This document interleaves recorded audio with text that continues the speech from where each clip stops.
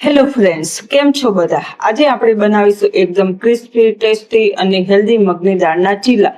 તો ચાલો શરૂ કરીએ. તો આ મગની દાળ હતી એને મેં 2-4 કલાક પલાળી રાખી હતી અને પછી એના છિલકા ઉતરી ગયા. ઉતારી અને પછી આ રીતે મિક્સર જારમાં નાખી, લીલા મરચાં જેવું તમે તીખું ખાતા હોય એ રીતે નાખી અને આ રીતે બેટર તૈયાર કરી દેવાનું. બેટર તૈયાર થયા પછી એમાં 1 કપ સૂજીનો લોટ નાખી દેવાનો અને આ રીતે મિક્સ કરી દેવાનું. પછી એક વાસણમાં ગરમ તેલ મૂકી રાઈ અને જીરાનો વઘાર કરી દેવાનો.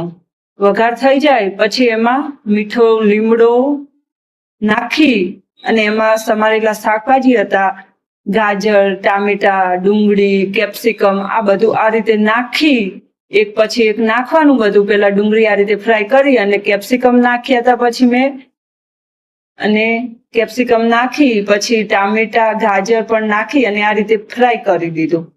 ફ્રાય થઈ જાય થોડી વાર માટે આવી રીતના ફ્રાય કરવાનું, 2-3 મિનિટ ધીમા તાપે. પછી આ બધું ફ્રાય થઈ જાય પછી એમાં મેં થોડી ચપટી હળદર, મરચું પાવડર, મીઠું સ્વાદ અનુસાર, ધાણા જીરું, આ બધું જે રીતે જોઈએ એ રીતે નાખી અને મેં થોડી વાર ફરી ફ્રાય થવા દીધું. ફ્રાય થઈ ગયું પછી મેં આ બધું જ આપણા બેટરમાં નાખી દીધું. તો આપણા બેટરમાં નાખી આ રીતે અને પછી બધું મિક્સ કરી દેવાનું. મિક્સ થઈ જાય પછી એક સાઈડ ગેસ ચાલુ કરી અને એમાં આ રીતે આ તવો ગરમ કરી એમાં આ ચપટીક જ મતલબ કે થોડી ચમચી તેલ નાખી અને આ રીતે બેટરને પાથરી દેવાનું.